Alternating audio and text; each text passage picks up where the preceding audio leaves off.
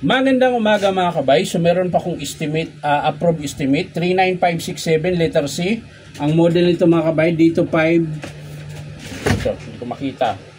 Dito 5901. Ito po yung 10 kilos ng jackhammer ng DeWalt.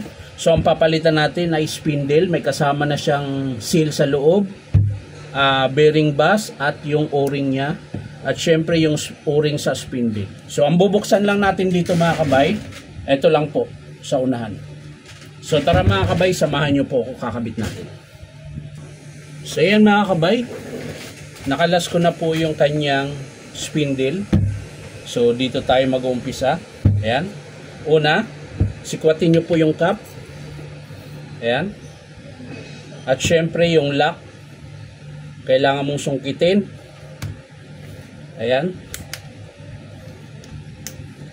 Para makalas nyo po yung kanyang sleeve. So kailangan yung sungkitin yung kanyang lock na ring. So ito lang po yung gamit ko, matulis. Ayan.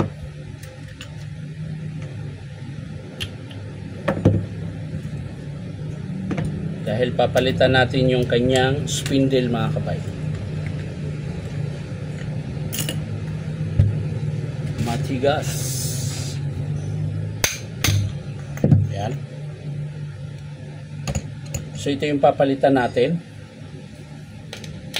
Kailangan lang natin tanggalin yung bead piece. Ayan. So kaya nagpalit ako ng bearing bus mga kabay, dahil hindi na po siya makalas. Ayan, nag-stop up po dun sa loob.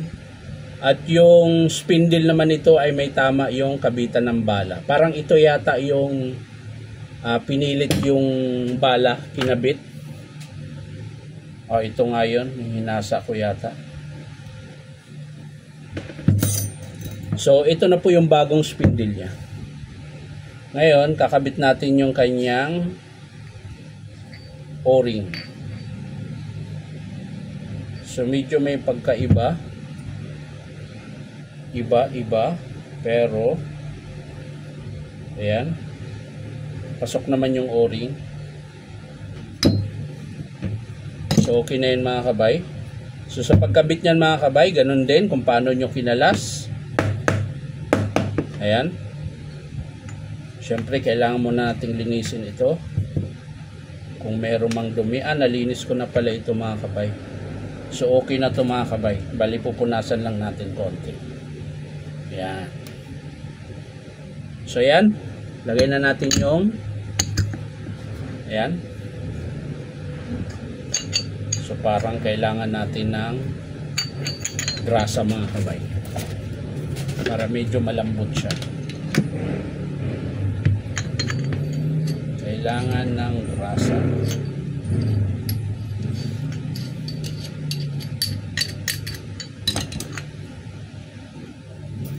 Yun.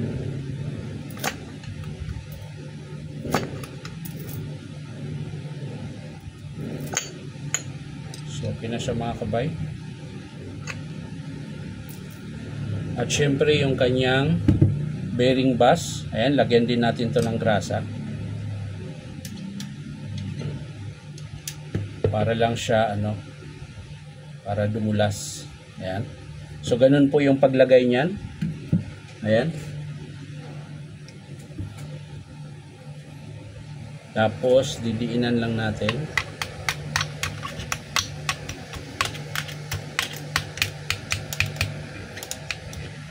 So yan na po yung forma niya sa loob. At syempre ang kasunod niyan mga kabay, ito yung kanyang bead piece. So grasa ulit mga kabay, lagay nyo dyan. Tapos paganyan ang kabit niyan mga kabay.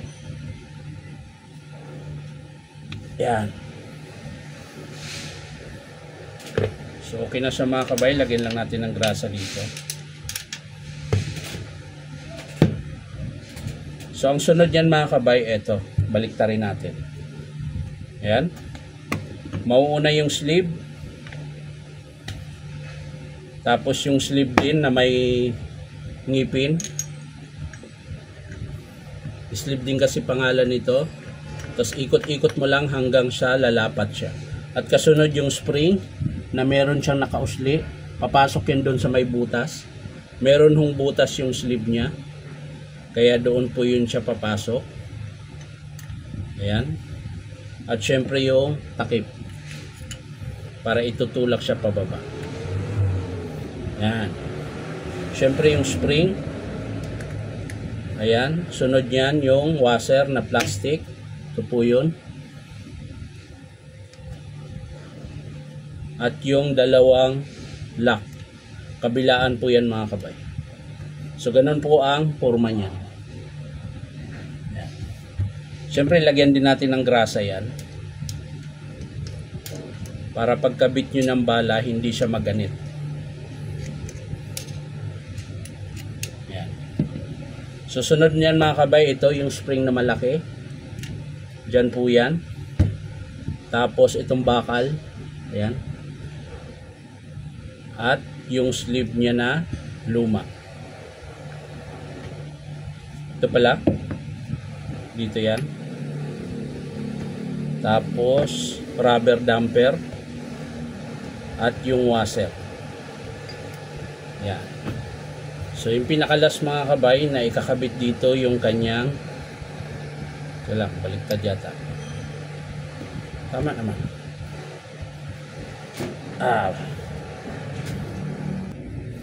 So yan mga kabay, nailagay ko na yung ring. Kailangan lang natin itong itulak. Itulak natin pababa. Ayan. Para pumasok yung kanyang ring. So hindi natulak yung ginagawa ko mga kabay, pinokpok ko na siya. Para pumasok. Dahil medyo may katigasan po ito. Ayan. Kumukontra siya mga kabay. Kumukontra.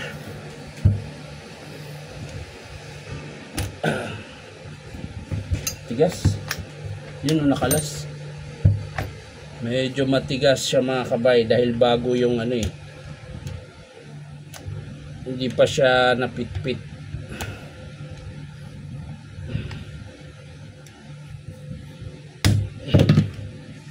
Ayaw, kailangan nating pukpukin mga kabay. So yan mga kabay, naipasok ko rin, matagal. Pinukpuk ko pa siya, kailangan kong iipit sa gato. Ayan. So lalagay na natin yung cap.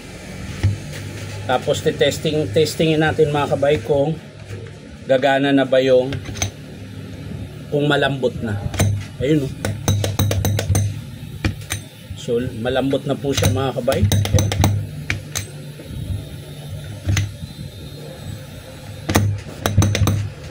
So okay na siya mga kabay. Pwede na natin siyang ibalik doon. Ayan. Kailangan natin lagyan ng langis ulit ito dahil nabawasan na ito. So ayan mga kabay, lalagyan ko lang siya ng langis.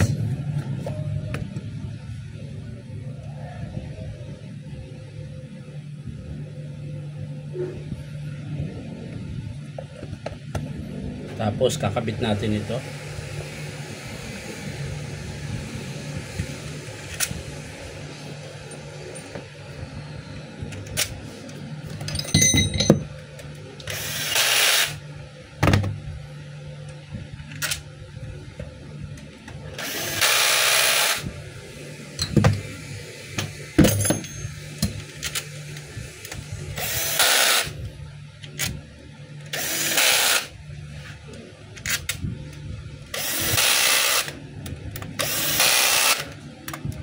Ayan. Siyempre, testing natin mga kabay.